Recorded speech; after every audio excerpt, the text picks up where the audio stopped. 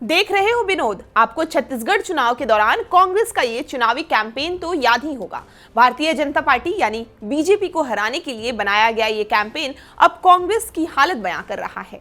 प्रदेश की सत्ता से बाहर हो रही कांग्रेस की हालत आज पूरा देश देख रहा है और चौंक भी रहा है। छत्तीसगढ़ में बाजी पलट गई है। मुख्यमंत्री भूपेश बघेल का दाव काम नहीं आया। छत्तीसगढ़ में बीजेपी की साइलेंट कैंपेन ने कमाल कर दिया है। छत्तीसगढ़ के नतीजे इसलिए भी अप्रत्याशित बताए जा रहे हैं क्योंकि कांग्रेस को यहां पर मजबूत माना जा रहा था और मुख्यमंत्री भूपेश बघेल के चुनावी कैंपेन के आगे बीजेपी बौनी दिख रही थी। लेकिन बीजेपी ने कमबैक किया और 5 सालों की भूपेश बघेल सरकार को सत्ता से बाहर का रास्ता दिखा दिया है।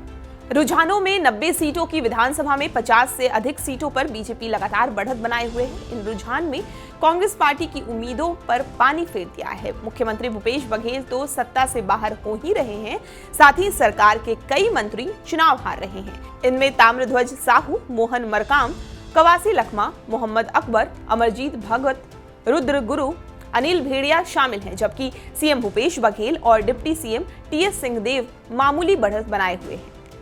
छत्तीसगढ़ का चुनाव बीजेपी के लिए किसी अग्नि परीक्षा से कम नहीं था क्योंकि यहां पर बघेल सरकार के खिलाफ कोई भी नाराजगी नहीं दिख रही थी। शुरुआत में बीजेपी के पास मुद्दों की भी कमी दिखी, लेकिन बाकी प्रदेशों की तरह ही बीजेपी ने अपना ट्रम्प कार्ड यहां चलाया। प्रधानमंत्री नरेंद्र मोदी के चेहरे पर चुनाव लड़ने का फैसला किया गया। इसके बाद पीएम मोदी ने छत्तीसगढ़ में आक्रामक कैंपेन की शुरुआत की। छत्तीसगढ़ के चुनाव में सबसे बड़ा मुद्दा महादेव ऐप का, जिसको प्रधानमंत्री नरेंद्र मोदी ने सबसे पहले उठाया। पीएम मोदी ने यह भी कहा कि कांग्रेस ने भगवान शिव के नाम महादेव को भी नहीं छोड़ा। इसके बाद पूरी बीजेपी इस मुद्दे को उठाने लगी।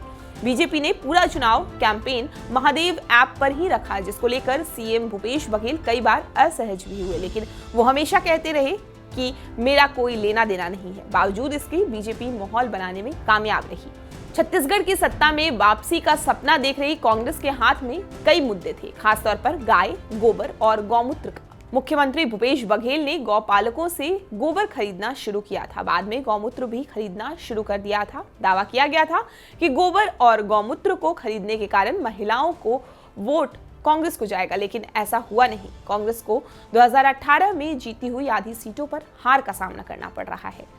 छत्तीसगढ़ में हिंदुओं की आबादी 96% है। यही वजह है कि भूपेश बघेल ने सॉफ्ट हिंदुत्व का रास्ता चुना था।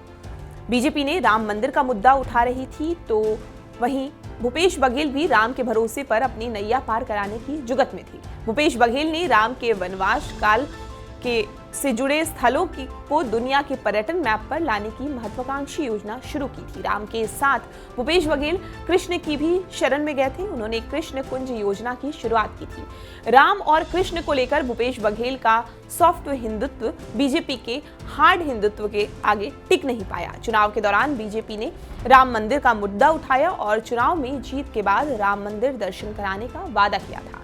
नतीजों से साफ है कि छत्तीसगढ़ के लोगों को बीजेपी का हार्ड हिंदुत्व ज्यादा पसंद आया। भूपेश बघेल सरकार सिर्फ हिंदुत्व के मुद्दे पर फेल नहीं हुई, हिंदुत्व के अलावा ओपीएस के मुद्दे पर भी कांग्रेस को पटखनी मिली। दरअसल पुरानी पेंशन स्कीम को छत्तीसगढ़ की कांग्रेस सरकार गेम चेंजर मान रही थी, लेकिन नतीजों ने बता दिया कि कर्मचारियों के बीच पुरानी पेंशन स्कीम की चर्चा भी नहीं रही। सिर्फ छत्तीसगढ़ नहीं, राजस्थान और मध्य प्रदेश में भी जिस ओपीएस को कांग्रेस तुरुप का इक्का मान रही थी, वो फेल साबित हुआ है। छत्तीसगढ़ के चुनाव में कांग्रेस की ओर से कई रैलियां की गई। कांग्रेस अध्यक्ष मल्लिकार्जुन खड़गे, राहुल गांधी और प्रियंका गांधी वाड्रा ने बैक टू बैक कई रैलियां की। इससे उलट बीजेपी को चमत्कार की उम्मीद प्रधानमंत्री नरेंद्र मोदी और अपने बूथ प्रबंधन की। बीजेपी की ओर से पीएम नरेंद्र मोदी ने आक्रामक कैंपेन किया ही, साथ ही कार्यकर्ताओं ने जमीन पर भूपेश बघेल सरकार के खिलाफ माहौल बनाया।